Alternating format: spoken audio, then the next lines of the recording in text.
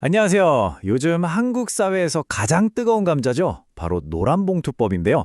도대체 이게 무슨 법이고 왜 이렇게까지 논란이 되는지 오늘 한번 제대로 파헤쳐 보겠습니다. 자, 근데 왜 하필 노란봉투법이라고 불릴까요? 이 이름 뒤에는요, 사실 되게 가슴 아픈 사연이 있어요. 벌써 10년도 더 된 이야기인데, 2014년에 쌍용 자동차 해고 노동자들이 있었어요. 이분들이 파업 때문에 정말 어마어마한 액수의 손해배상 소송에 시달리고 있었거든요. 그때 시민들이 십시일반 마음을 모아서 바로 이 노란 봉투에 성금을 담아서 보냈던 겁니다. 이 연대의 상징이 법의 이름이 된 거죠. 이렇게 다들 노란봉투법이라고 부르니까 뭔가 특별법 같지만 사실 정식 명칭은 따로 있어요. 바로 노동조합 및 노동관계 조정법, 줄여서 노조법 개정안입니다. 그럼 이 개정안이 구체적으로 뭘 바꾸자는 건지 그게 제일 궁금하시겠죠? 이 법을 아주 간단하게 설명하면 딱 두 개의 큰 기둥으로 나눌 수 있습니다. 첫 번째 기둥은 파업한 노동자들한테 회사가 막대한 손해배상 청구하는 거, 이걸 좀 제한하자는 거고요. 그리고 두 번째 기둥, 이게 정말 중요한데 바로 사용자의 범위를 넓히는 겁니다. 그러니까 하청 노동자에 대한 원청의 책임을 더 강화하자는 거죠. 자, 이 두 가지를 기억하시면서 양쪽 입장을 한번 들어보시죠. 네, 우선 노동계 입장부터 한번 들어볼게요. 이분들은 왜 이렇게까지 이 법이 꼭 필요하다고 주장하는 걸까요? 노동계의 주장의 핵심은 바로 이겁니다. 이거 뭐 완전히 새로운 거 만드는 거 아니에요. 이분들 말은 그동안 법원 판결이나 노동위원회 같은 곳에서 이미 다 인정해 오던 내용이라는 거죠. 그걸 그냥 법조문에 똑똑히 박아넣는 것뿐이다. 그러니까 현실을 법이 따라가는 거다. 이렇게 보고 있는 겁니다. 그리고 그 근거로 드는 게 바로 최근의 판결들이에요.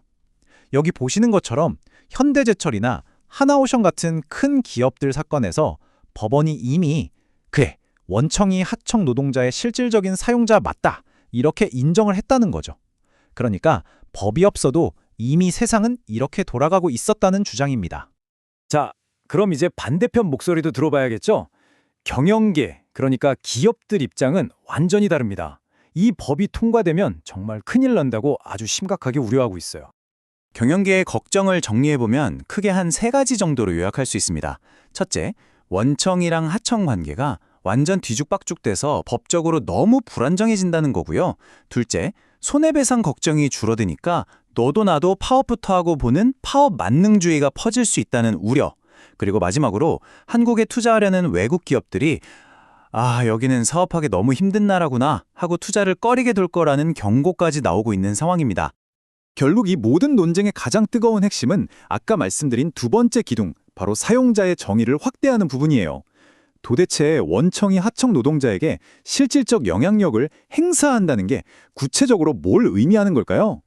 법조문을 보면 실질적이고 구체적인 지배 결정을 할 수 있는 자라고 되어 있는데요. 말이 좀 어렵죠? 쉽게 말해서 이런 경우들입니다.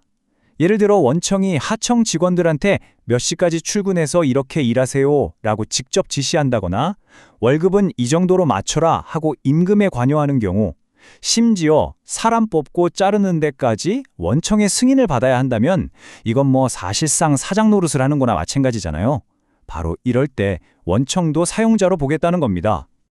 자, 이렇게 되면 어떤 일이 벌어질까요? 가장 큰 변화는 이거예요. 지금까지는 하청업체 사장이랑만 교섭하던 하청노조가 이제는 대기업인 원청을 상대로 우리랑 직접 교섭합시다 라고 요구할 수 있게 되는 겁니다. 판이 완전히 바뀌는 거죠. 그런데 말이죠. 이 법이 통과된다고 해서 모든 문제가 깔끔하게 해결되는 건 아닙니다. 전문가들은 여전히 해결되지 않은 아주 중요한 두 가지 질문이 남아있다고 지적해요. 그리고 아마 앞으로 모든 법적 다툼은 이 두 가지를 중심으로 벌어질 겁니다. 그 두 가지가 대체 뭘까요? 한번 하나씩 짚어보죠. 첫 번째 질문입니다. 실질적 영향력이라는 말, 이거 도대체 어디까지를 말하는 걸까요? 이게 굉장히 애매하고 추상적이잖아요. 코에 걸면 코걸이, 귀에 걸면 귀걸이가 될 수 있다는 거죠. 결국 모든 케이스 하나하나가 법정으로 가서 판사 손에 운명이 갈릴 수밖에 없다는 지적입니다. 그리고 두 번째 질문. 만약 원청이 우리는 너희 사용자 아니니까 교섭 못해 라고 버티면 어떻게 될까요? 이 법에 따르면 이게 부당 노동 행위가 돼서 형사처벌까지 받을 수 있습니다. 이건 기업 입장에선 정말 어마어마한 부담이거든요.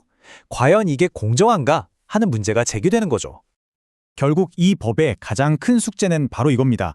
한쪽에서는 노동자의 권리를 존중해야 하고 다른 한쪽에서는 기업이 자유롭게 경영할 수 있는 환경도 만들어줘야 하잖아요. 이 두 가지 가치 사이에서 어떻게 하면 아슬아슬한 줄타기를 잘할 수 있을까? 그 균형점을 찾는 게 핵심인 거죠. 바로 이 지점이 이 법을 둘러싼 모든 논쟁의 심장부라고 할 수 있습니다. 노동자의 권리를 어디까지 보호해야 할까? 또 기업의 활동은 어디까지 보장해야 할까? 정답이 없는 이 질문에 대해 우리 사회가 함께 깊이 고민해 봐야 할 시간이 아닐까 싶습니다.